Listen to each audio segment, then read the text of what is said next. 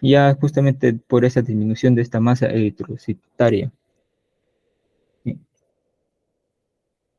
Para esta disminución de los niveles o glóbulos rojos en la sangre, esto va a carecer como una condición médica y que en el estudio de las anemias se deben tratar de cumplir siempre las siguientes tres etapas, como reconocerlo, caracterizarlo y clasificarlo así patogénicamente.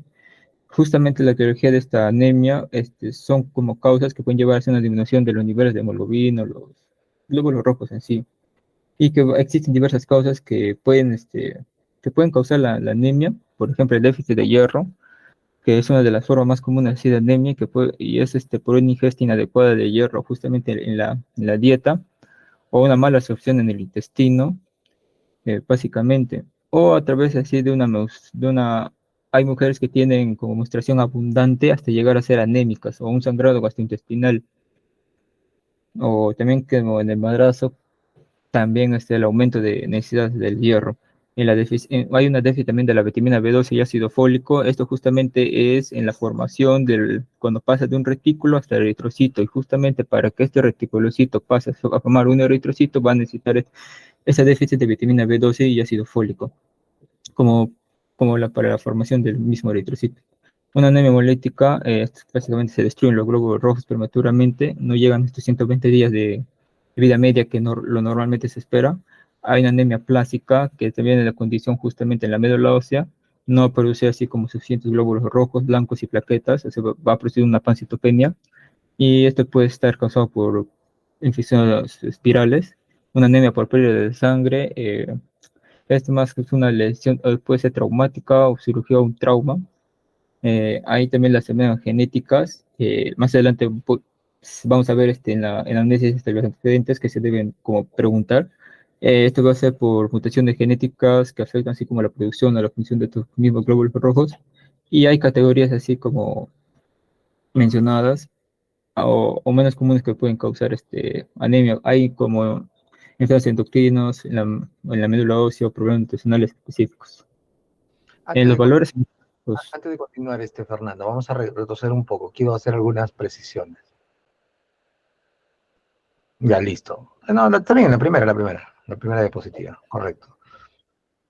Entonces, si estamos hablando que la anemia, y has dicho, ¿no? Claramente, que la anemia es la disminución de la cantidad de glóbulos rojos, está, o que se manifiesta a través de la disminución de las cifras que miden la cantidad de glóbulos rojos, ¿no? Básicamente son tres cifras que miden la cantidad de glóbulos rojos, que nosotros conocemos la hemoglobina, sí. el hematocrito y el número de glóbulos rojos que está expresado en millones en el hemograma. Entonces, para que nosotros digamos que hay anemia, desde el punto de vista del laboratorio, debemos ver disminución de uno o más de de esos tres cifras que miden la cantidad de glóbulos rojos que hay en el organismo. Esto trae como consecuencia, pues, la disminución efectiva de la cantidad de hemoglobina que hay. Y como bien había dicho Flavio, la hemoglobina tiene una función importante que es el transporte de oxígeno. Entonces, al disminuir la cantidad de hemoglobina en el cuerpo, ya esto es un poco la fisiopatología de los síntomas, lo que vamos a tener de manera efectiva es la disminución del transportador de oxígeno en la sangre. Y entonces, si la anemia es la disminución de la cantidad o de uno o más de los valores que miden la cantidad de glóbulos rojos en el cuerpo, ¿qué cosa es el síndrome anémico? Es un poco de signos y síntomas que se llegan a manifestar en el paciente. O sea, en sí a la disminución se le puede ver así como signos, como, bueno, básicamente la hipoxia tisular o la palidez en las manos, la conjuntiva o la esclera. En síntomas el paciente va a llegar con astenia, astenia, sobre todo cansancio, somnolencia en sí. Ya, ok, entonces el síndrome anémico, resumiendo, es el conjunto de signos y síntomas que se producen en la persona como producto, como resultado de la disminución de la cantidad de glóbulos rojos, que puede ser medido por la cantidad de hemoglobina, la cantidad de hematocrito o el número total de glóbulos rojos. ¿Ok? Entonces ahí se conjugan la anemia como tal, que básicamente ustedes si han leído los libros, no se considera como una enfermedad como Sí, tal, sí, sino como un signo, sí, ¿no? no, sí. Entonces, como un signo. Entonces, la anemia como tal se convierte en síndrome anémico cuando nosotros juntamos todos los signos y síntomas que produce esa falta de hemoglobina en el cuerpo. ¿Ok? ¿Queda claro Ujú. esto para todos? Porque eso han estado preguntándolo durante la semana y leyendo bien la literatura y entendiendo bien de qué se trata, podemos dar respuesta a eso el día de hoy. ¿Está claro para todos? Sí, doctor. Sí, sí, doctor. Listo. Otro punto importante de esta diapositiva es lo que ha colocado ahí abajo Flavio, que básicamente nosotros tenemos muchas clasificaciones de la anemia. Más adelante yo ya he visto la presentación de Flavio, les va a hablar de otro tipo de clasificaciones, pero siempre hay varias clasificaciones de anemia. Hay eh, muchas críticas a los diversos tipos de clasificaciones de anemia, porque desde el punto de vista, digamos, pedagógico, desde el punto de vista de la enseñanza, uno pretendería de que cuando uno hace una clasificación de algo, esos grupos de clasificación sean mutuamente excluyentes, ¿no? O sea, el que está en un grupo no tiene por qué estar en el otro, pero lamentablemente no es así, pues, o sea, así no es la medicina. Nosotros podemos tener desde el punto de vista clínico enfermedades que cursan con anemia, donde hay una combinación de varios factores o de varios mecanismos fisiopatológicos. Pero desde el punto de vista didáctico es necesario hacer clasificaciones para que uno pueda sistematizar, y regreso otra vez a la palabra, para que uno pueda sistematizar el conocimiento. Y esto que ahora de repente para ustedes no parece muy, muy importante, les aseguro que se le va a hacer importante cuando ya sean médicos, porque necesitan sistematizar el conocimiento. Necesitan sistematizar, por ejemplo, la manera como van a hacer la anamnesis a su paciente.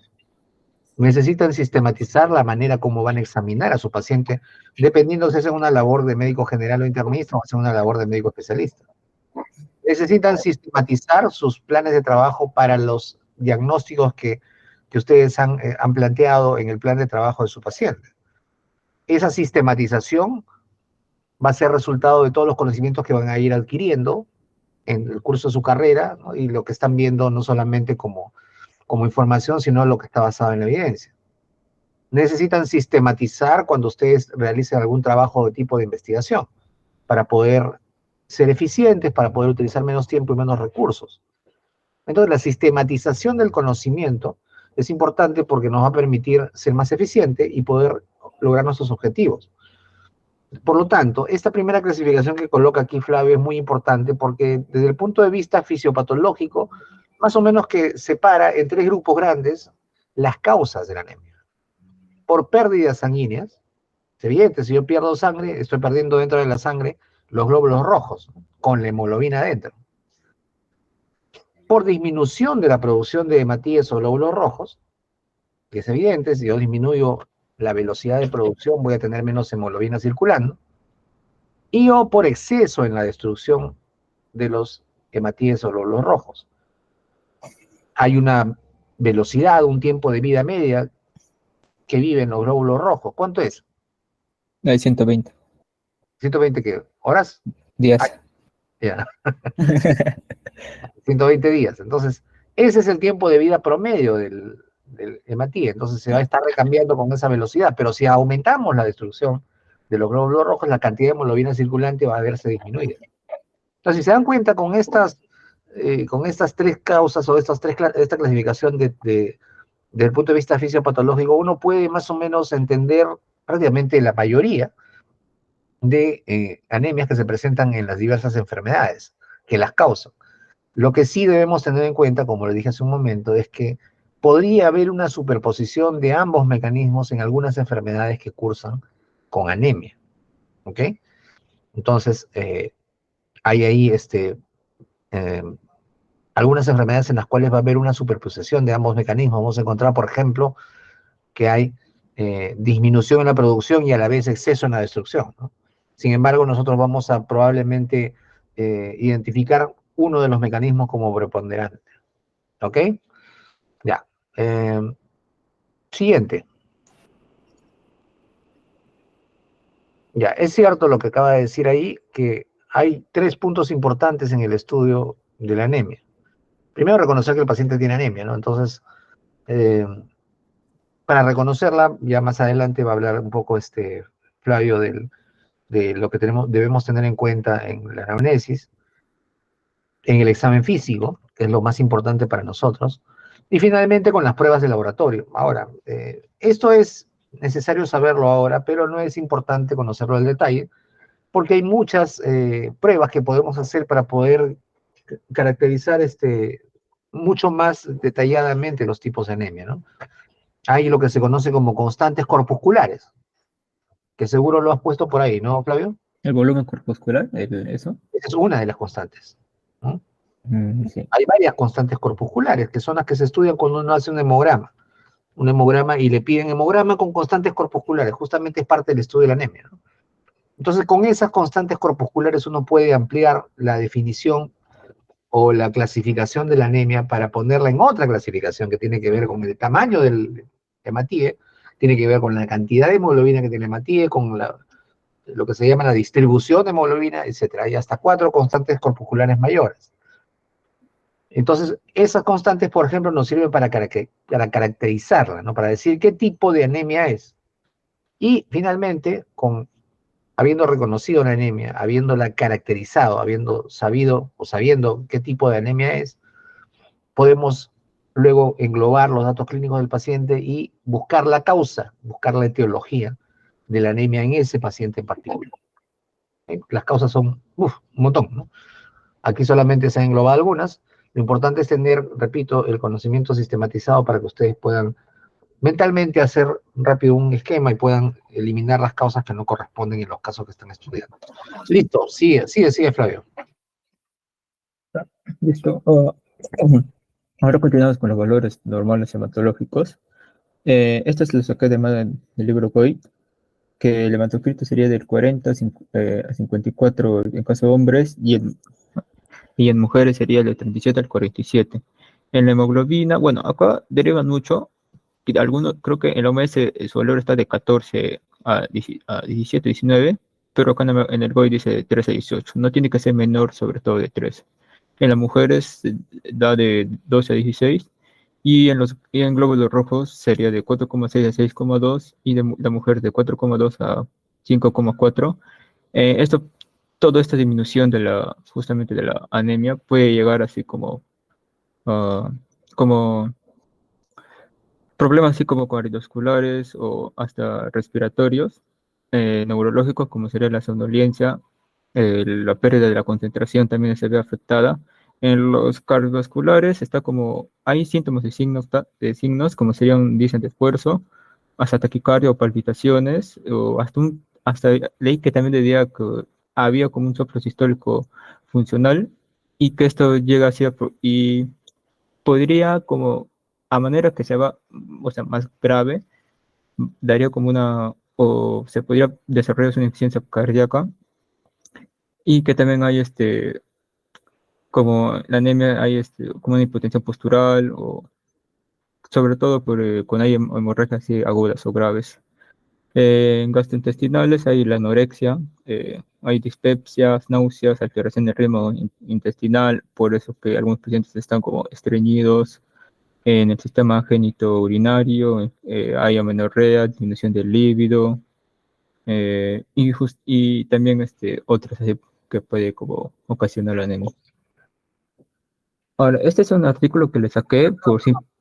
Necesito que regreses un ratito, Flavio. Tengo que aquí puntualizar algunas cosas. Es importante que ustedes sepan cuál es el valor de referencia que estamos manejando para poder definir la anemia, ¿no? Los valores que ha puesto ahí Flavio efectivamente son del libro de Goic, pero son los valores de la OMS, ¿no? O sea, son los valores que se utilizan de referencia en la OMS. Y aquí, si ustedes leen, por ejemplo, la literatura inglesa o de angloparlante en general, ¿no? Es la literatura de los norteamericanos, ¿no? La literatura angloparlante, van a ver algunas diferencias importantes. ¿Por qué? Porque del punto de vista poblacional, los valores de referencia para anemia o para hemoglobinas normales en los textos de habla inglesa están realizados en población, en su población, ¿no?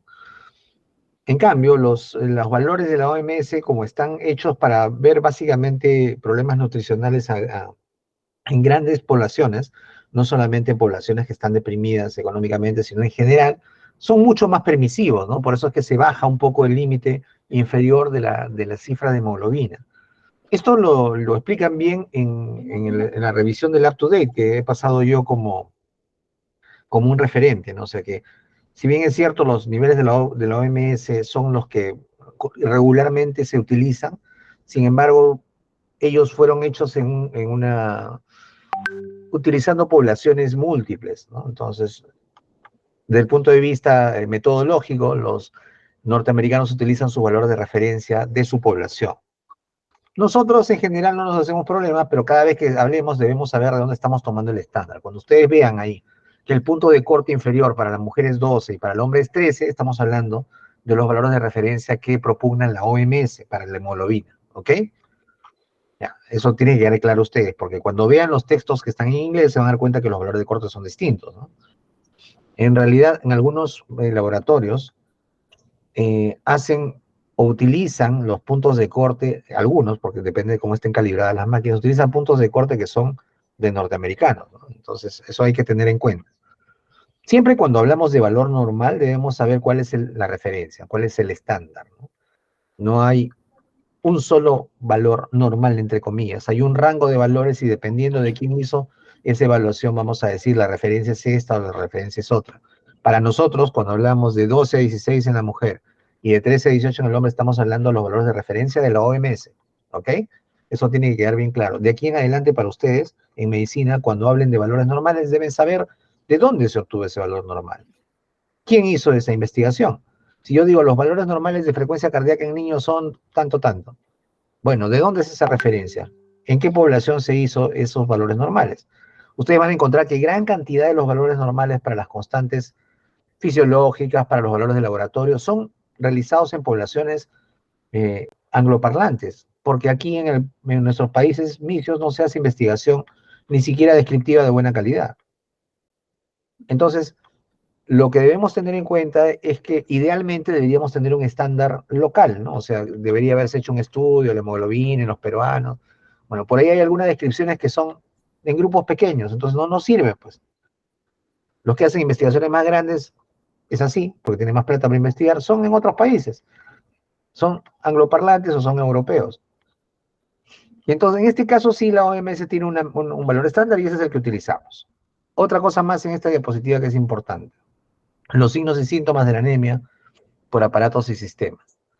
La anemia, dependiendo del modo como se presente, puede ser de presentación aguda o crónica. La anemia de presentación aguda típicamente es causada por pérdida aguda sanguínea, ¿no? Por hemorragia. Por ejemplo, un paciente que no sabía que tenía una úlcera, consume mucho alcohol y agarra y empieza a sangrar como loco, ¿no? Bruscamente hace una hemorragia digestiva alta, hace hematemesis, hace melena, y cuando ocurre una anemia de presentación aguda, los signos y síntomas que nosotros vamos a ver son debidos a la hipovolemia, ¿ok? O sea, la disminución aguda del volumen intravascular. Los signos y síntomas que vamos a ver de un paciente con anemia de presentación aguda son signos de hipovolemia. En cambio, cuando nosotros vemos un paciente que tiene anemia de presentación crónica, por ejemplo, ese que está sangrando porque tiene una diverticulitis colónica, sangra todo el tiempo que va al baño, ¿no? Que hace deposiciones, pero sangra de poquitos, ¿no? Entonces no produce ningún cambio hemodinámico en el momento. Los signos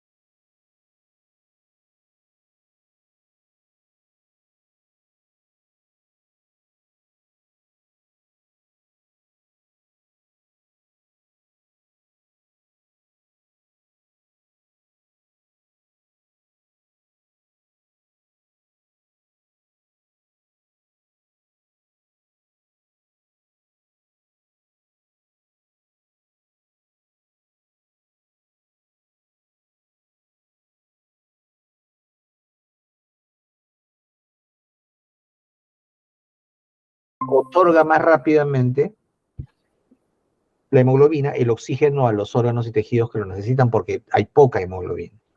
Ese es el primer mecanismo de compensación en una anemia de presentación crónica. Cuando es aguda no hay tiempo de eso, pues nosotros lo que vemos es signos de hipovolemia. Eso, por mucho tiempo, puede mantener a la persona, entre comillas, más o menos compensada, pero llega un momento en el cual, si sigue bajando la hemoglobina, ya no es suficiente esos mecanismos. El último mecanismo que se activa es el aumento del gasto cardíaco. El aumento del gasto cardíaco hace que la sangre circule más rápido y por lo tanto la hemoglobina acelere su velocidad para poder llegar a los órganos y tejidos para poder rápidamente dejar el oxígeno. Por eso es que un paciente que tiene anemia que se va desarrollando crónicamente va desarrollando poco a poco taquicardia. ¿Por qué? Al aumentar la frecuencia cardíaca, aumenta el gasto cardíaco. ¿Ok? Justamente el gasto cardíaco es una cifra que depende de la frecuencia cardíaca y la presión arterial. El cambio de cualquiera de estas dos variables va a aumentar el gasto cardíaco. Si yo aumento la frecuencia cardíaca, voy a aumentar el gasto cardíaco. Si yo aumento la presión arterial, voy a aumentar el gasto cardíaco. ¿Ok? Entonces, en este caso, lo que aumenta es la frecuencia cardíaca. Hay taquicardia para compensar la poca oxigenación de los órganos y sistemas. ¿Por qué? Porque hay baja hemoglobina, pues. Y efectivamente, como dijo Flavio, en un estadio más avanzado de la anemia, que si no es corregida, lo que vamos a tener es que el corazón, como trabaja tanto, va a empezar poco a poco a desgastarse, va a empezar a hacer insuficiencia cardíaca. Clásicamente, eso se describe como insuficiencia cardíaca a gasto alto. ¿Cuáles son las patologías o los modelos patológicos clásicos de una insuficiencia cardíaca a gasto alto? Un paciente que tiene anemia severa por mucho tiempo y que no se corrige, o sea, anemia severa estamos hablando de debajo de 7, por mucho tiempo que no se corrige, el corazón va a estar, ¿no? Va a llegar un momento en que va a claudicar y ya vamos a hacer insuficiencia cardíaca. Y el otro cuadro clínico típico de esto es la tirotoxicosis. ¿Por qué? Porque como la hormona tiroidea acelera los mecanismos y todos los procesos en nuestro cuerpo, también va a haber taquicardia. Y por el mismo mecanismo fisiopatológico, el corazón al estar acelerado permanentemente va a llegar un momento en el cual claudica sus fibras, ya no tiene la fuerza necesaria para contraerse, la función o la fracción de eyección va a caer y vamos a tener la insuficiencia cardíaca. Se dan cuenta que es solamente una consecuencia directa de los mecanismos de adaptación del cuerpo para poder combatir el problema o el déficit, que en este caso es la falta de hemoglobina. La falta de hemoglobina o la disminución de la hemoglobina trae como consecuencia que haya menos transportador de oxígeno. Entonces el cuerpo tiene que generar mecanismos de defensa, de compensación, para poder paliar esa falta o esa pérdida. Como consecuencia de esos mecanismos regulatorios o de compensación, lamentablemente, estos mecanismos después, si se sostienen mucho en el tiempo, finalmente van a dañar el cuerpo. Eso es lo que ocurre siempre en la medicina. Cuando algo falta o cuando algo sobra, hay un mecanismo en el cuerpo que se activa para poder compensar esa anomalía. Y finalmente el mecanismo de defensa, el mecanismo de regulación o de compensación termina dañando el propio cuerpo. Siempre van a haber eso, bueno, no voy a decir siempre, pero digamos casi siempre, siempre ni nunca, lo absoluto no es correcto, ¿no? La mayor parte de las veces van a ver que eso ocurre en la patogenia de las enfermedades, ¿no? O algo está faltando o algo está sobrando y hay un mecanismo de compensación como respuesta a ello y ese mecanismo finalmente termina dañando el cuerpo. Lo mismo ocurre aquí. Crónicamente la hipoxia va a producir activación de varios sistemas neurohumorales, de varias actividades a todo nivel, cardiovascular, respiratorio, neurológico. ¿Por qué tiene el paciente con anemia, tiene astenia, está medio cansado? Porque como hay hipoxia cerebral, obviamente las funciones cerebrales superiores disminuyen, pues, ¿no? Le falta oxígeno. Por la falta de oxígeno en el sistema nervioso, esto ocurre en las manifestaciones neurológicas.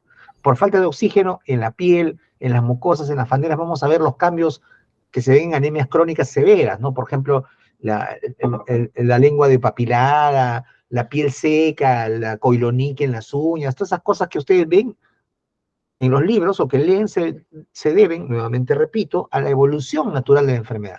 Esa gente estaba años y años con hemoglobina 7, entonces llegaban a esos extremos. Eso no lo vamos a ver ahora probablemente, ¿no?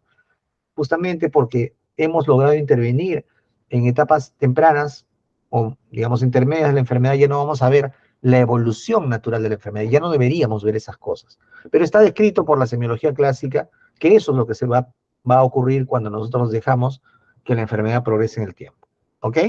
Queda claro entonces aquí que tenemos que tener claro los estándares para la hemoglobina y que las manifestaciones clínicas de la anemia van a depender si se presenta de manera aguda o de manera crónica y que los mecanismos subyacentes en ambos casos son, digamos, distintos, ¿no? En aguda es hipovolemia y en la crónica es la hipoxia. ¿Alguna pregunta al respecto? No, doctor, por mi parte. Listo, seguimos, Flavio. Claro. Acá hay valores de hemoglobina en la población que, bueno, esto lo busco un artículo así de población así de altura, y acá podemos ver que el estándar más o menos es de 18,5 de la hemoglobina, y del masculino sería de 28,8. Esto se hizo un estudio entre rangos de 45 a 12 y de 39 a 10 años.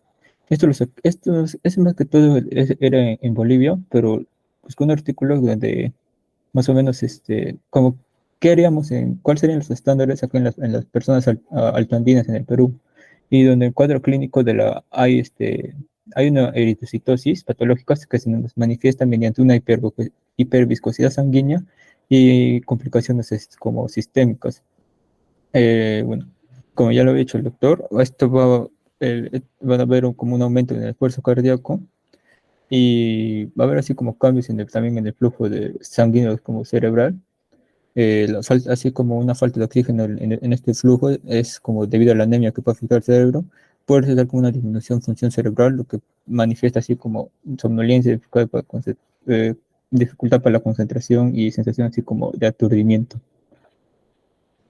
Ya, ahí regresa, por favor. Eso me pareció muy interesante que hayas puesto, porque esto primero pone de manifiesto algo que acabo de decir, ¿no? O sea, ante una falta o exceso de algo en el cuerpo va a haber un mecanismo de compensación.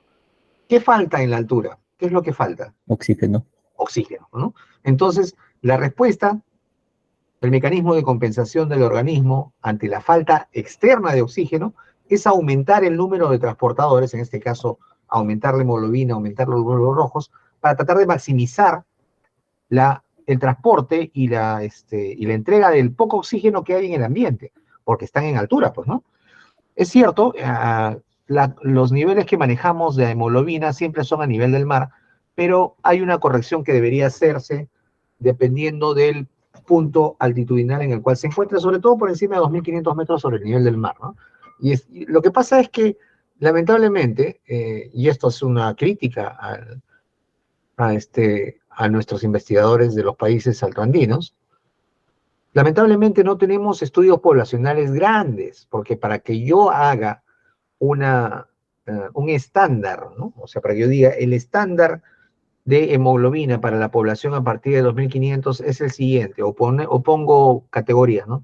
De 2.500 a 3.000, de 3.000 a 3.500, de 4.000 a 4.500 y para arriba, que ya no creo que nadie viva, porque la más alta creo que es 4.600.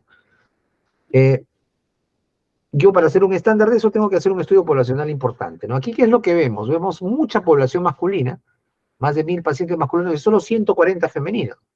Yo no he leído este estudio, porque ahí he puesto el link, Flavio, lo voy a tratar de leer después para ver cómo ha sido que han seleccionado a la población, porque si yo quiero hacer un estudio poblacional, yo debo hacer una muestra representativa de esa población, para que yo pueda extrapolar ese resultado a la población general. Es más, cuando estoy tratando de encontrar estándares poblacionales, yo no solamente uso una muestra representativa, sino que además trato de englobar la mayor cantidad de población. Esa muestra usualmente se magnifica para tener realmente valores promedios o valores estándares que representen a esa población. Entonces, fíjense ustedes, acá hay una diferencia bien importante, ¿no? O sea, 18.5 más menos 1.8 en la mujer significa un mínimo de 15.7, ¿sí? 15.7, y un máximo de 20.3, lo cual es mucho mayor en los varones. Sería un mínimo de 18.3 y un máximo de 23.3. Bastante distinto a los valores estándares que tenemos al nivel del mar. Entonces, esto es producto de un mecanismo de compensación en la altura. Sin embargo, repito, hasta donde yo sé, ustedes, si tienen la curiosidad, pueden tratar de buscar. Los esfuerzos por tener estándares en poblaciones de altura, ¿no?, altoandinas, han sido sobre todo, digamos, circunstanciales. Y eso que aquí ha habido mucho estudio de parte del doctor Monge, de la parte fisiológica, ha escrito mucho de la fisiología de la altura, pero para poder colocar estándares necesitamos estudios poblacionales importantes, ¿no? Por mucho tiempo, la obra del doctor Monge ha sido eh, difundida en el país. Creo que ya las generaciones actuales no le hacen mucho caso. Entiendo que parte de este olvido es porque lamentablemente, no sé si lamentablemente o afortunadamente, hay menos gente viviendo en altura. Y esto es porque ustedes están viendo que la altura produce cambios adaptativos que finalmente llegan a ser nocivos para la salud de la persona. La eritrocitosis patológica produce trombosis arterial, trombosis venosa. La gente tiene problemas importantes por la eritrocitosis. Y entonces lo que les dije hace un momento, ¿no? El mecanismo de defensa ante la hipoxia crónica de la altura se convierte en el enemigo de la persona. Empieza a producirle problemas en la salud serios. Y entonces, por eso les digo, no sé si afortunadamente o tristemente todavía sigue viviendo gente en ciudades que son altas. Bolivia es el mejor ejemplo, es un país que prácticamente todos están por encima de 1500, pero la altura produce pues estos cambios nocivos para la salud. No he leído el detalle, pero sería interesante ver la expectativa de vida de pacientes, de gente que vive siempre en altura, por ejemplo Bolivia, compararla con una población al nivel del mar, ¿no? Probablemente allí está implicado alguno de los mecanismos de compensación como disminución de la expectativa de vida. Listo, seguimos, Flavio. Ok, doctor. Ahora, vamos a pasar a la epidemiología. Este es que lo saqué casi del MINSE también lo saqué. Esta es una situación actual de la anemia, prevalencia de anemia de niños menores de 6 a 35 meses según departamento. Vemos como Puno es el que tiene pico más alto y claro, llegando así como a los 5 sería el Cusco, Huancavelica, Ucayali y Loreto, que serían atendiendo una prevalencia muy alta. Una prevalencia como alta sería como Huánuco, Lambayeque, Ica, Amazonas, hasta las más bajas, que sería como Lima Provincia, Cajamarca, hasta el mismo como Tacna. Esta sería, bueno, acá la conclusión que saqué es que acá vemos como Lima Provincia, Tacna, Arequipa, La Libertad, que son así como ciudades así grandes, creo que tienen un plan, tendrían un plan así como alimenticio para estos niños que sufren de anemia. En cambio, si vemos como Puno, Huancavelica, ahí creo que hay una deficiencia justamente en en la nutrición así de hierro. Es por eso que los niños sufren o padecen de anemia. Lo que acá me sorprende es que justo creo que en Pasco siempre escuchaba como noticias de que hay muchos niños así que padecen justamente de la anemia, pero no sería como que el más alto, sino que sería Puno. Y Cusco, que también que sería una ciudad así grande, también tiene este problema de la anemia. Y un promedio nacional sería del 40,1%, o sea que estamos llegando cerca de la mitad de la población de los niños menores de 6 a 35 meses, según estos departamentos.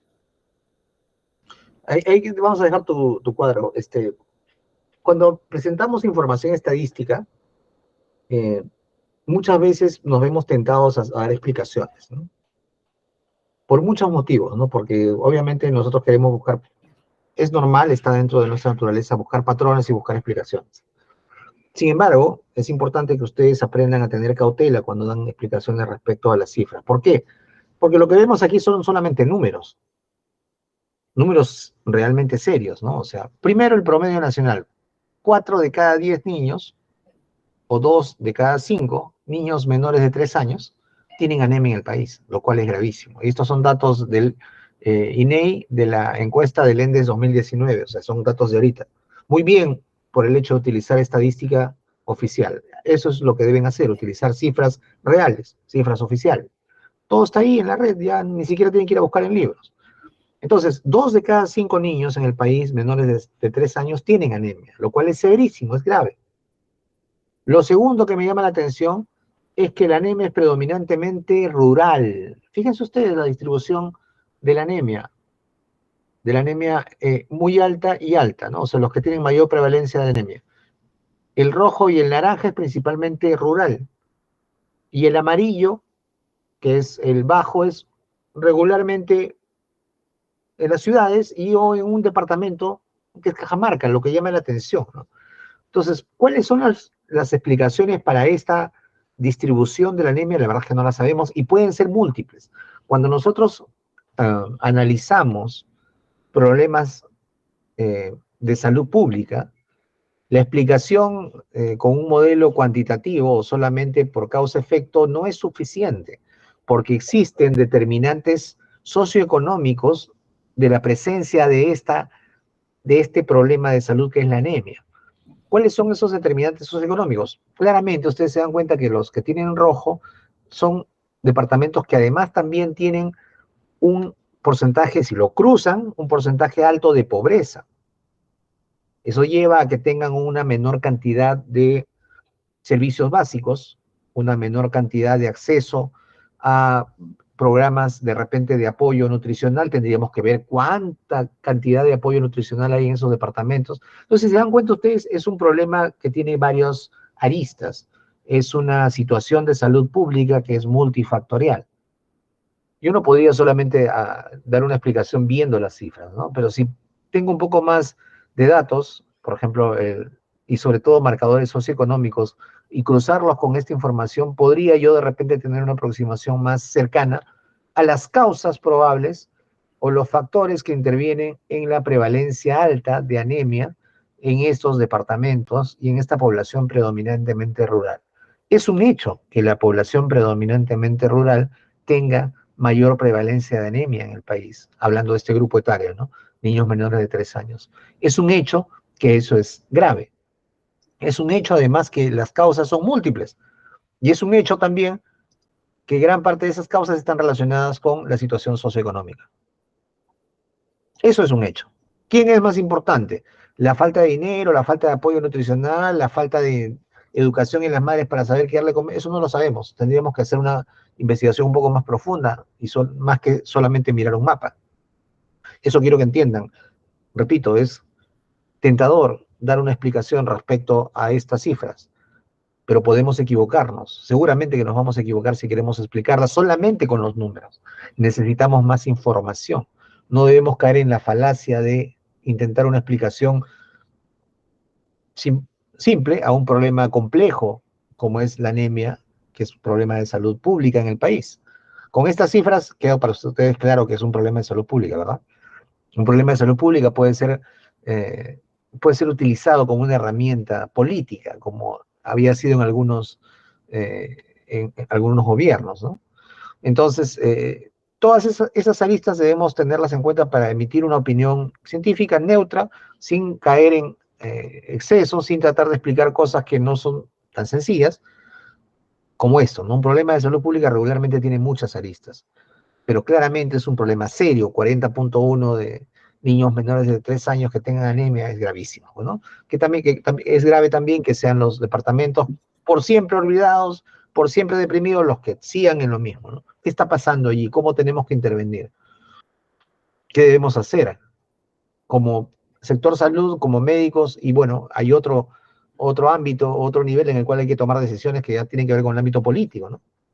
Si nosotros notamos, por ejemplo, se me ocurre, no es que sea así, que las madres no saben nutrir adecuadamente a sus niños, a sus lactantes entre 6 bueno, la lactancia es de 6 y 2 años, ¿no? Pero bueno, acá hasta 3 años. Bueno, a sus niños entre 6 y 3 años, 6 meses y 3 años, deberemos entonces implementar programas de educación para que las madres no le estén dando la teta hasta los 3 años, para que al año nomás le empiecen a dar la comida es más, a los 6 meses, y que sepan cuál es la comida de alto valor nutricional para evitar la anemia.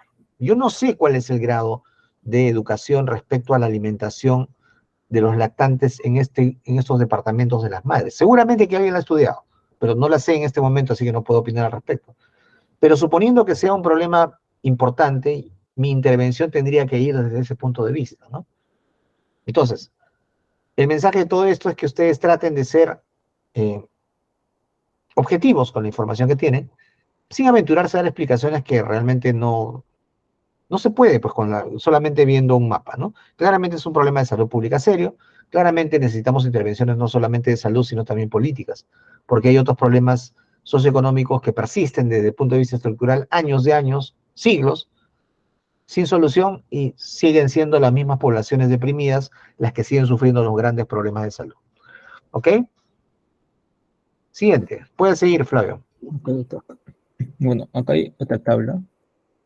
Básicamente sería como que lo mismo, pero esto es ahora a partir de 2021. Bueno, aumentó la cifra.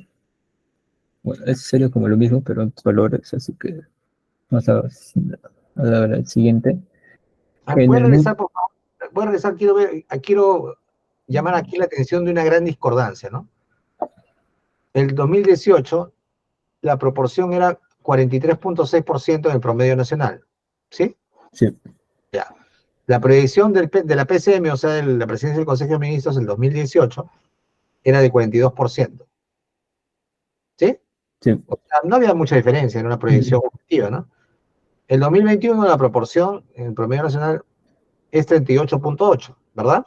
sí, Y la proyección es 19%. ¿Se dan cuenta de esa diferencia? sí, O sea, la PCM del 2021 estaba pensando en otras cosas, no está pensando que somos Suiza o otro país, ¿no?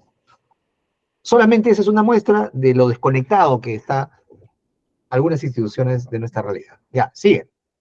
Ahora, si vemos en el mundo, prevalencia de anemia infantil de menores de 5 años, se ve claramente que África tiene un serio problema con eso, pero si vamos a países de primer mundo, no tiene justamente ese problema justo de la anemia. Además que, bueno, esa sería toda la explicación de acá. Ahora vamos a la fisiopatología de la anemia.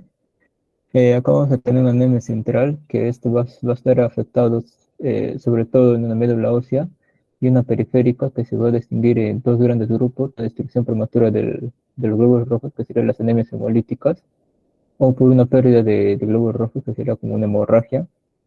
En las anemias centrales vamos a tener una aplasia medular, que básicamente va a ser que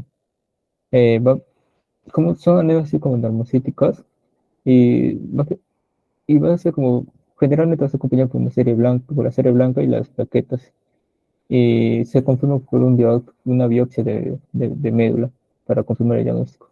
Una mielofibrosis, que sería, es se acompaña con una esplenomegalia, con una hematopoiesis esplénica sobre todo. Esto es porque los eritrocitos van a tener una forma de pera, o así justo como de lágrimas, así. En una invasión medular va a estar sobre todo como leucemias o mielomas o células extrañas, así como podría ser así como una metástasis. Y una hematopoiesis va a ser una hematopoiesis dificultosa. No va a haber un efecto estructural de la médula, sino que solo va a ser funcional. Y en condiciones normales se producen así como 140 millones de glóbulos rojos por minuto. Antes En de que la, continúe, Flavio, acá quiero hacer una precisión respecto a lo que había dicho hace un momento, ¿no? Aquí Flavio nos está presentando otra clasificación de las anemias, que está relacionada básicamente o separa las anemias en dos grupos, si es que se originan en el lugar donde se forman los glóbulos rojos o si se originan por fuera. Por eso son centrales y periféricas. Y aquí sacamos el dato de dónde se forman los glóbulos rojos médula, sí. en la médula ósea. ¿Ok? Por si no se acordaban de fisiología, ¿no? Entonces, las anemias centrales, como he puesto aquí en esta clasificación, son aquellas que están relacionadas con el proceso de formación del glóbulo rojo, de la hematopoiesis. Y las anemias periféricas tienen que ver con los otros dos mecanismos, ¿no? porque se destruye mucho el glóbulo rojo o porque se pierde la sangre en su conjunto. ¿Ok? Fíjense que nuevamente llegamos a los tres mecanismos, ¿no? Por producción insuficiente, por destrucción excesiva o por pérdida de sangre, que están metidos aquí nuevamente en esta clasificación entre centrales y periféricas. ¿Ok? Listo, continúa, Fred. Ahora, listo. Vamos a hablar ahora de las periféricas, que sería la hemólisis. Vamos a tener como las corpusculares. También vamos a tener las extracorpusculares, que, bueno, en las corpusculares hay un defecto en el glóbulo rojo, van a ser así como alterado. En las extracorpusculares, perdón, en sí el glóbulo rojo es normal, pero existen así como sustancias en el plasma que la van a destruir y que estas llegan a ser como adquiridas. Estas se van a como a dividir en, inmuno- en inmunológicas, que va a estar asociado con la presencia de anticuerpos, así como, por ejemplo, creo que hay anticuerpos anti-A o anti-B en los grupos sanguíneos. Y en las no inmunológicas hay un fenómeno destructivo que no está mediado por anticuerpos, sino por bacterias. Llega así como un estreptococo, algunas cepas de Escherichia coli, paludismo, bartonellosis, o justamente por venenos de, de serpientes o de arañas, o por sustancias químicas. Bueno, en la pérdida de sangre de la aguda crónica ya lo acabo de explicar. Ya, quiero recalcar aquí esa clasificación de las anemias hemolíticas. Regresa, por favor. Ya. Acá está. Es muy importante lo que acaba de decir Flavio, porque efectivamente la hemólisis va a depender de problemas inherentes al hematíe, esas son las anemias periféricas hemolíticas corpusculares, que puede ser un problema bioquímico o puede ser un problema morfológico del glóbulo rojo. Ejemplo, clásico ejemplo, la anemia falciforme. Deben haber leído por ahí, ¿no? En la anemia falciforme tenemos un defecto morfológico por un problema estructural de una proteína en el glóbulo rojo que tiene la forma de media luna, ¿no? Sí. Y entonces ese glóbulo rojo de forma de media luna tiene un tiempo de vida media más corto, se destruye más rápidamente. Es reconocido como tal, como un glóbulo rojo anormal y se destruye más rápidamente. Resultado, anemia, por un defecto inherente al glóbulo rojo, anemia periférica corpuscular. ¿El mecanismo cuál es? Hemólisis incrementada. Se dan cuenta que de esa manera uno puede integrar todo el conocimiento para llegar a la etiología. Lo mismo ocurre para las cestas corpusculares, como bien lo ha referido Flavio. Puede existir una hemólisis incrementada por anticuerpos, son las típicas anemias hemolíticas autoinmunes. Puede haber hemólisis mediada por gérmenes, y aquí el ejemplo típico que hasta nos ha dado un héroe nacional, ¿cuál es? De, la fiebre. Ajá, Claro, la bartonellosis, la enfermedad de Carrera. los- La bartonela produce hemólisis. ¿No se dan cuenta? En este caso no es un anticuerpo, es un germen, es la bartonela, que produce hemólisis por otro mecanismo. Daño directo por toxinas, claramente por una intoxicación o por una mordedura de un animal ponzoñoso. Produce hemólisis también. Entonces, fíjense ustedes cómo integramos, sistematizamos el conocimiento, conociendo por qué se está produciendo la anemia en este caso, y relacionándolo con las enfermedades. Eso es lo que ustedes deben lograr cuando estudian la medicina desde el punto de vista de síndromes. Se van a dar cuenta de qué se trata el síndrome, sus manifestaciones, y luego al ver las causas de este cuadro clínico de signos y síntomas, se van a dar cuenta que encajan con las enfermedades. Y entonces de esa manera ustedes deben organizarlo para que luego puedan identificar el cuadro cuando lo puedan ver. Por pérdida de sangre es más o menos fácil, ¿no? O sea, o es aguda o es crónica. Cuando es aguda, la anemia, por pérdida de sangre, los signos son básicamente de hipovolemia. Cuando es crónica, los signos son básicamente de hipoxemia. Ok, puedes seguir, Flavio. Ok. Te escucho, te escucho.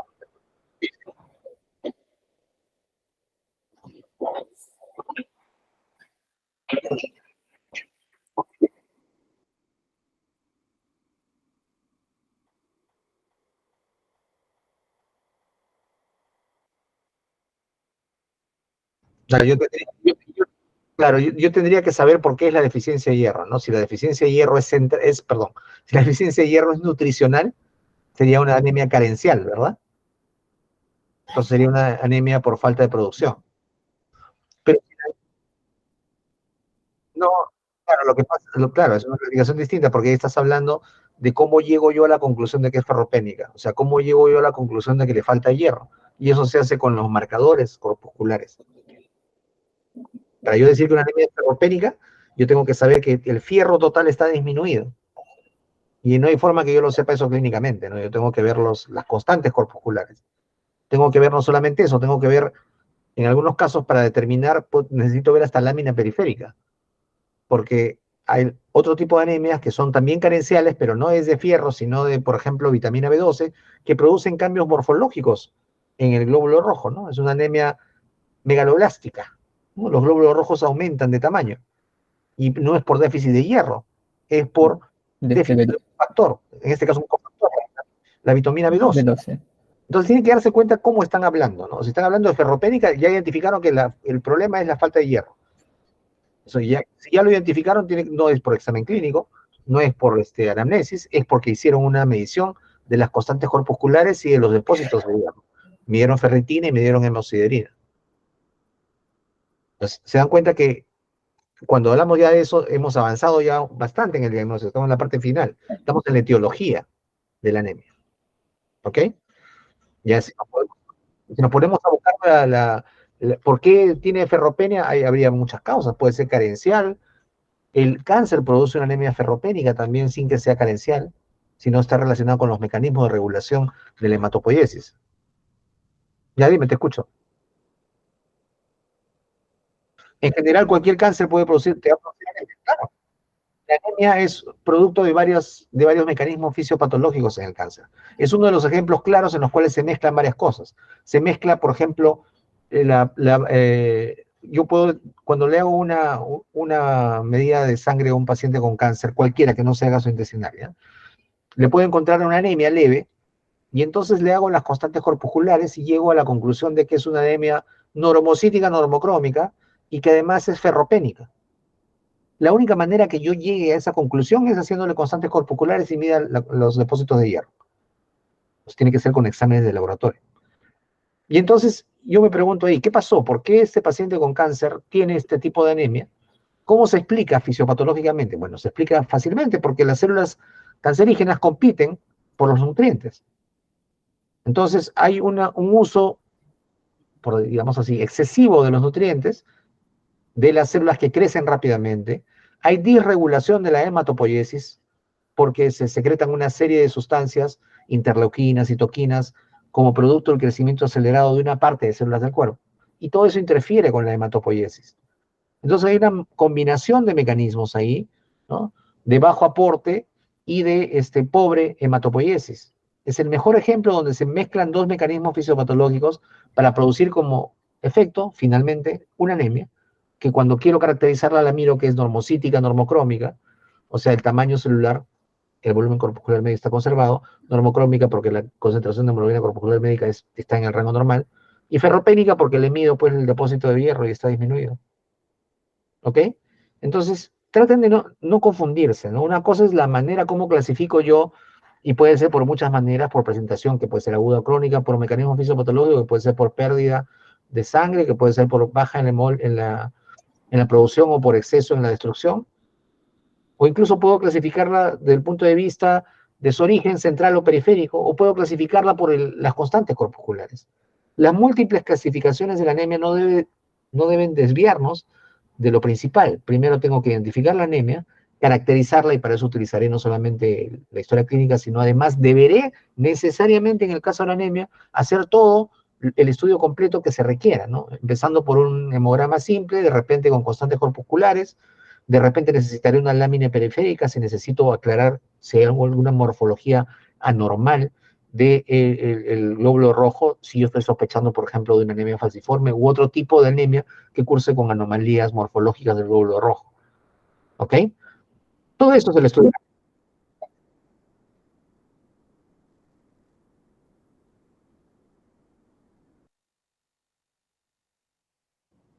Por supuesto, por supuesto, por supuesto,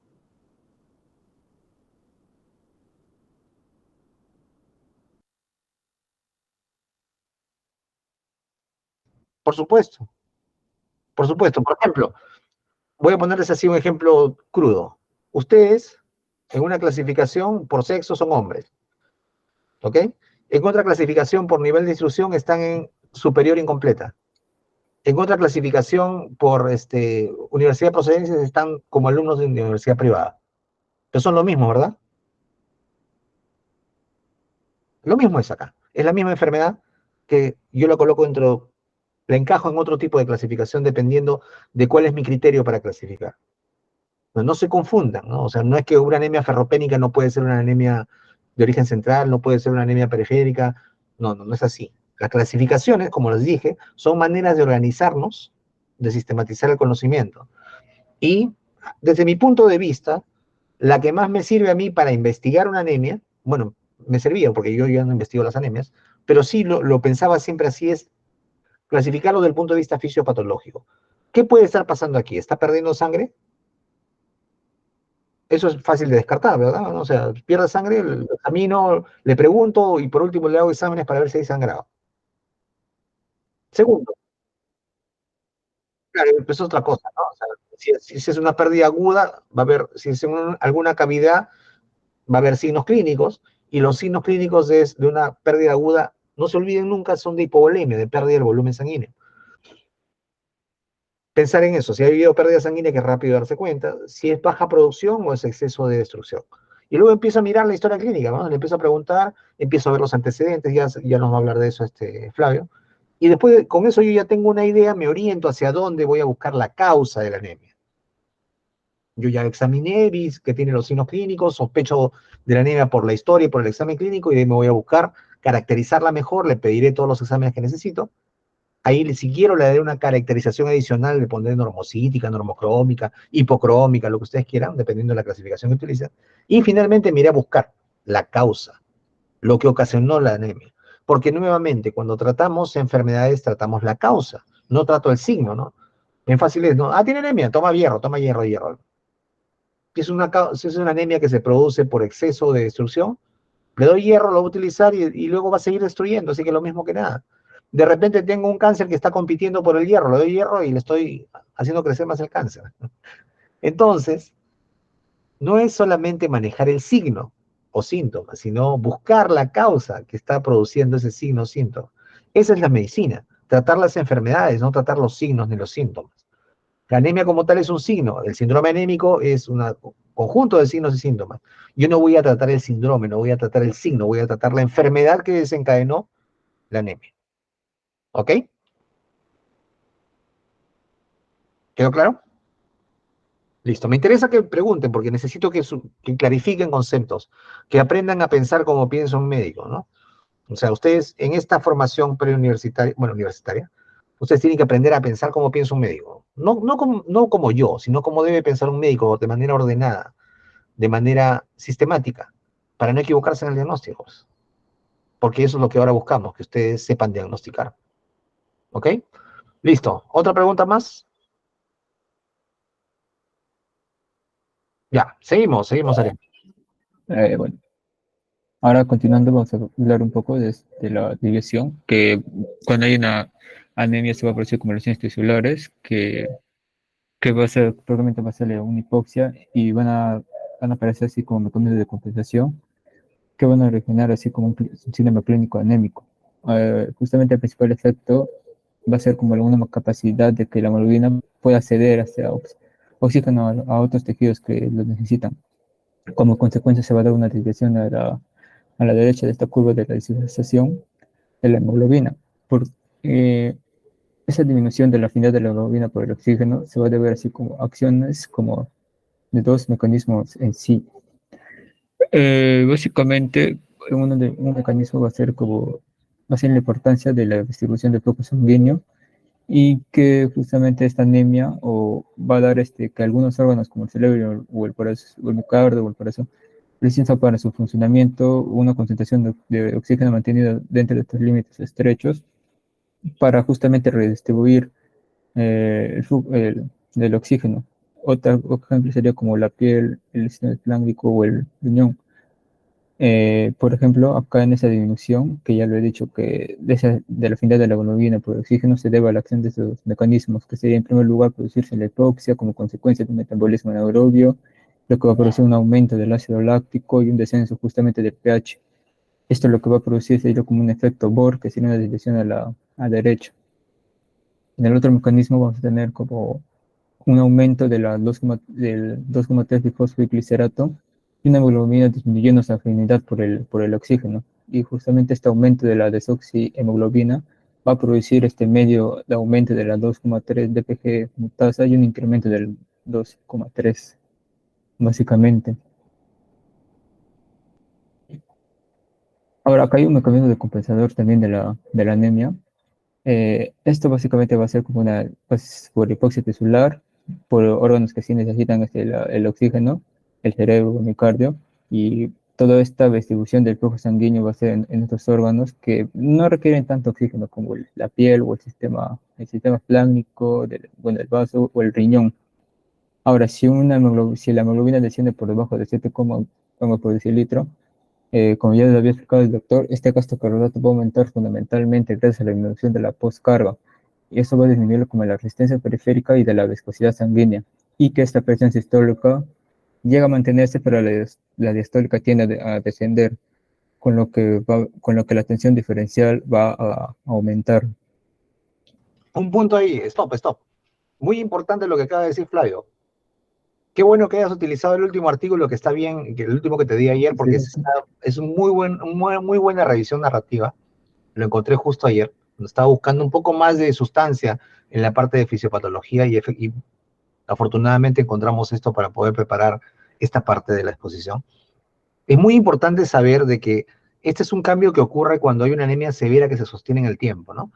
Que hay un aumento de lo que se llama presión diferencial y que se conoce también, y tienen que saber esto ustedes porque de eso vamos a hablar con frecuencia, no solamente en enfermedades cardiovasculares, sino en general en la medicina, de presión de pulso. La presión de pulso es la diferencia, o presión diferencial, es la presión que se obtiene, o la cifra que se obtiene, restando la presión sistólica de la presión diastólica. Entonces ustedes hablan, por ejemplo, ¿no?, de que la presión arterial regularmente es 120 a la sistólica y 80 a la diastólica. ¿Cuánto es la presión de pulso o presión diferencial?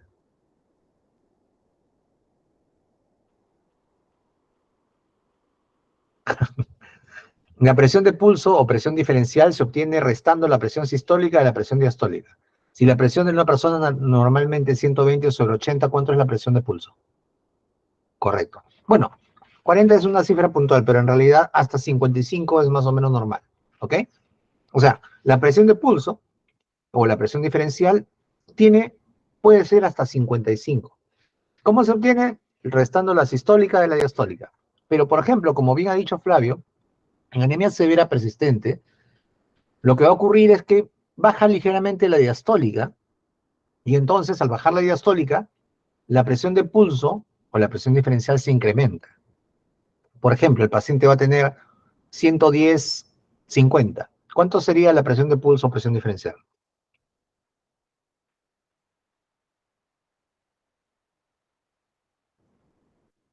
110/50, 110/50. Con esa cifra de presión de pulso diferencial, yo diría que está incrementada, que está normal. ¿Qué otra enfermedad produce una presión de pulso o presión diferencial incrementada? De la cual ya hemos hablado antes.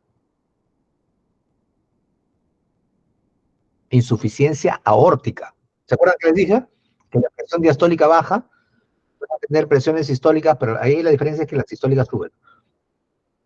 Sistólica de 150 sobre 50, 100 de presión diferencial. Todos estos cambios, como bien se están dando cuenta ustedes, se producen ¿por qué? Como respuesta a la falta de oxígeno. La falta de algo en el cuerpo genera mecanismos compensadores que terminan dañando crónicamente el cuerpo. Sigue, por favor, Flavio. Listo. Ahora, acá voy a hablar como una parte de la otra, como de la microcítica, normocítica y la macrocítica. En la Ya, microcítica, aquí antes que continúes, esto es tomando en cuenta una constante corpuscular, ¿verdad? sí, Es el volumen corpuscular medio. Hay 4 constantes corpusculares mayores. El sí, volumen corpuscular medio, ¿cuál más? también tenemos el hemoglobina corpuscular media, ¿Qué más? concentración de la hemoglobina en corpuscular media Correcto, ¿qué más? y creo que la amplitud de distribución eritrocitaria. Perfecto, muy bien. Son las 4 constantes corpusculares mayores. ¿Ok? Dependiendo de cuál estemos usando, vamos a hacer otra clasificación de las anemias. En este caso, cuando usamos el volumen corpuscular medio, como está aquí en inglés, MCV, Medium Corpuscular Volume, cuando usamos esa constante corpuscular, vamos a tener la clasificación en microcítica, normocítica y macrocítica. ¿Ok? Entonces, no se confunda con las clasificaciones. Repito, las clasificaciones son solamente intentos de sistematizar algo que tiene mucha información tomando en cuenta un criterio. ¿Cuál es el criterio que tomamos en este caso? Una constante corpuscular. El volumen, perdón, corpuscular medio. ¿Ah? ¿Queda claro eso? No se confundan otra vez con las clasificaciones. No se deben confundir con eso. ¿Ok? Ya, continúa ahora. Ya, ahora, hablando de la microcítica, que sería menos de 80, lo normal es que no pase de 80 o de 100. Va a ser básicamente por una deficiencia de hierro y esto va a estar asociado más que todo a una talasemia o también por las anemias así sideroblásticas. En una normocítica vamos a tener así como una causa frecuente que sería una anemia plástica, anemia de enfermedad crónica, insuficiencia renal, anemia hemolítica, esferocitosis, que en sí el glóbulo rojo es como una esfera, o también un exceso de alcohol o de hipopiturismo, básicamente. Va a estar incrementado por sangrado, una hemólisis, sobre todo. Y la macrocítica, que serían las grandes, que estaría de tamaño aumentado de mayor de 100, va a ser una deficiencia de ácido fólico y de la vitamina B12, pues justamente es la maduración de cuando el reticulocito pasa a ser eritrocito. Vamos a tener Ok, también una... esto un ratito. Acá estás mezclando dos cosas, ¿no? Estás mezclando dos variables. Uno es el volumen corpuscular medio que me permite a mí clasificar.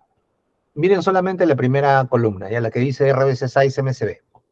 Solamente con esa variable yo puedo clasificar la anemia en 3 tipos y se acabó.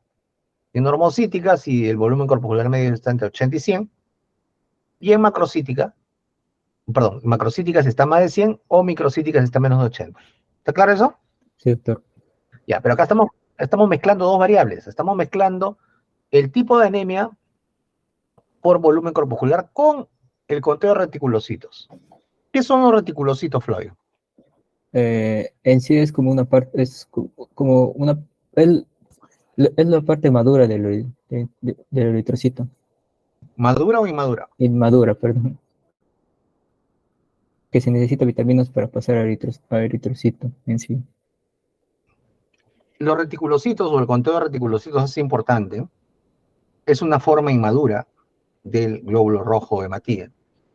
Y son importantes en número o su conteo porque cuando hay un cambio en la conformación o en el número total de glóbulos rojos o hematíes, se van a sintetizar con mayor rapidez desde la médula ósea más glóbulos rojos, pero por la cantidad de tiempo que necesita cortarse, lo que va a botar es glóbulos rojos inmaduros, o sea, reticulocitos. Cuando hay anemia, dependiendo de la velocidad con la cual se instala la anemia, la médula ósea, perdón, va a ir compensando esa falta de glóbulos rojos con la producción incrementada de más glóbulos rojos. Si esa velocidad de producción tiene que aumentar mucho porque se está perdiendo o se está destruyendo mucho, entonces van a salir más formas inmaduras, o sea, más reticulocitos y otras formas inmaduras de glóbulos rojos a la sangre. Para eso nos sirve el reticulocito o el conteo de reticulocitos para saber si la médula ósea está hiperfuncionante o no. Y aquí está mezclando en una sola tabla el tipo de anemia de acuerdo a volumen corpuscular con el conteo de reticulocitos, lo cual me parece interesante, pero un poco confuso para ustedes, ¿no? ¿Les parece clara esta tabla o les parece confusa? Confusa para mí.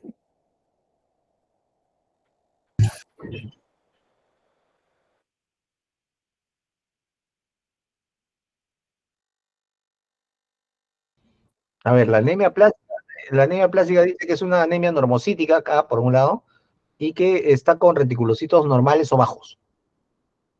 ¿Por qué? Porque la anemia plástica ocurre porque la médula ósea es incapaz de formar todas las líneas celulares. Todas, absolutamente todas. O sea, hay anemia, hay leucopenia y hay trombocitopenia. Y es por una, por un daño directo a la médula ósea. Regularmente es un daño externo, ¿no? O sea, una droga, algún medicamento, etcétera. Eso produce aplasia medular, o sea, la médula ósea es incapaz de sintetizar, de formar líneas celulares de la sangre, ¿no? Y si ustedes, por ejemplo, empiezan a ver las enfermedades, y eso es un consejo, ¿no? Probablemente no van a necesitar, definitivamente no van a necesitar memorizarse estas tablas de esta manera, ¿no? Esto es una tabla que tiene como objetivo que ustedes se den cuenta, básicamente, y esa es la utilidad que yo le doy, de que, por ejemplo, la anemia por deficiencia de hierro, o sea, la anemia ferropénica, que a ustedes tanto les gusta ponerle nombre y apellido, puede ser puede ser microcítica, fíjense ustedes aquí arriba, ¿no? La anemia ferropénica puede ser microcítica o puede ser normocítica. O sea, la misma anemia ferropénica, dependiendo si es temprana, que será normocítica, o es tardía, puede ser o normocítica o microcítica. Entonces yo no puedo basar mi disquisición diagnóstica en una constante corpuscular o solamente en un conteo de reticulocitos. Yo tengo que hacer primero una historia clínica para más o menos saber el mecanismo de la anemia, por qué se produjo la anemia, tener una idea aproximada de por qué este paciente está teniendo anemia, si es un signo prominente de su enfermedad o es uno más de los tantos signos que tiene su enfermedad. Luego caracterizar los signos y síntomas, llegar más o menos a la disquisición de por qué se produjo la anemia y recién ahí me pondré a buscar, a clasificarla y ponerle un nombre y apellido, ¿no? Y entonces ahí recién empezaré a tratar de encajarla en alguno de estos grupos. Es la manera como normalmente un médico debería pensar en el diagnóstico. Porque pretender que con estas tablas, aprendiéndose así, ustedes van a llegar al diagnóstico es imposible, se van a olvidar todo el tiempo. Esto me sirve, vuelvo a repetir, para darme cuenta que una misma anemia, como ferropénica, puede ser normocítica cuando está en estadio temprano, puede ser microcítica cuando ya está en estadio tardío. Ya pues es lógico, ¿no? Ya pasó mucho tiempo, sigue sin haber hierro, ya los glóbulos rojos que se forman no son los glóbulos rojos normales, sino son formas medios pequeñas porque ya no hay la cantidad suficiente de, de hierro para formarlas, ¿no? Ah, la anemia por enfermedad crónica también puede ser microcítica, acá está, o puede ser microcítica. No, regresa. Ah, la anemia por vitamina B12, por déficit de vitamina B12, clásicamente es macrocítica, ¿no? O sea, son glóbulos rojos grandes. La anemia por exceso de alcohol o por alcoholismo crónico puede ser normocítica, aquí está, o puede ser macrocítica.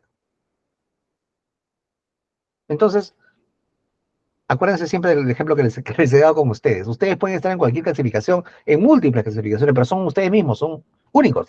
Lo mismo ocurre aquí. Las enfermedades pueden producir diferentes tipos de anemia, si nosotros tomamos en cuenta el volumen corpuscular, el nivel de reticulocitos, los depósitos de hierro por hemosiderina, etcétera. Pero son las mismas enfermedades. Ustedes cuando lleguen a caracterizarlas con las constantes corpusculares, con otras mediciones de laboratorio como los depósitos de hierro, la hemosiderina, lo único que van a hacer es confirmar lo que ustedes ya sospechaban. Esos exámenes para ustedes deben ser confirmatorios. No deben ser para darles el diagnóstico, porque de lo contrario ustedes estarían haciendo mal, pues estarían basando su diagnóstico solamente en las pruebas, lo cual les he dicho que no es correcto, ¿no? Si bien es cierto, las pruebas nos van a confirmar en gran número de veces el diagnóstico, nos van a dar el diagnóstico preciso en casi la mitad de los casos, pero yo ya debo tener una sospecha, porque si no, no voy a pedir la prueba, ¿no? No voy a tirarme a pedir 20.000 pruebas o 20.000 constantes corpusculares cuando de repente es una anemia claramente por pérdidas. ¿Para qué voy a pedirle constantes una anemia por pérdidas? No tiene sentido. No me interesa saber cuánto está el volumen corpuscular medio, la hemoglobina corpuscular. Si está perdiendo sangre el hombre, es evidente que está perdiendo sangre. Lo que debo tratar de o el tratamiento va a estar dirigido a eliminar la causa que está haciendo que pierda sangre. No interesa cuánto está la constante. ¿Para qué interesa? De repente para efectos de investigación, de caracterización, pero no es relevante, ¿no? Eso es lo que quiero que entiendan. O sea, cuando ustedes estudian una anemia, no es que le van a pedir todas las constantes, todos los exámenes, no, tampoco. Ustedes ya deben sospechar qué tipo de anemia es, por qué se está produciendo, cuál es el mecanismo subyacente o los mecanismos subyacentes, y deben apuntar ya a una o dos enfermedades. Porque para eso hacen anamnesis, para eso hacen examen clínico, ¿no? Entonces, no se olviden que ese debe ser su enfoque. No se centren en saber exactamente cómo están las constantes, porque finalmente en ese momento no se van a acordar de esta tabla, van a tener que leerla nuevamente. Y al leerla solamente confirmarán lo que ustedes ya sospechan. Ah, esta anemia sí es así, es la que yo sospechaba porque cumple con todo, y perfecto. Solo para eso. ¿Ok? ¿Queda claro?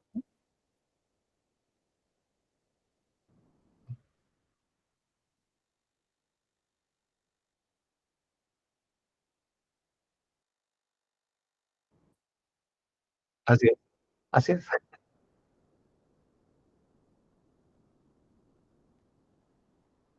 ¿Qué dice ese símbolo ahí en la fuente original, Flavio? Tú tienes ahí la... Bueno, todos la tenemos. A ver, espérate, yo tengo... A ver, espera. Bueno, había así como links o no sé, puntitos, quería entrar, pero no me dejaba. No, pero ese es un símbolo de algo que debe estar puesto ahí a pie de página. Espérate, vamos a ver. Seminario 2, ¿no? Ese está en el up to date. Sí, Es la tabla que está... ah, es una de las tablas del final, ¿no? sí, sí, sí. Ya.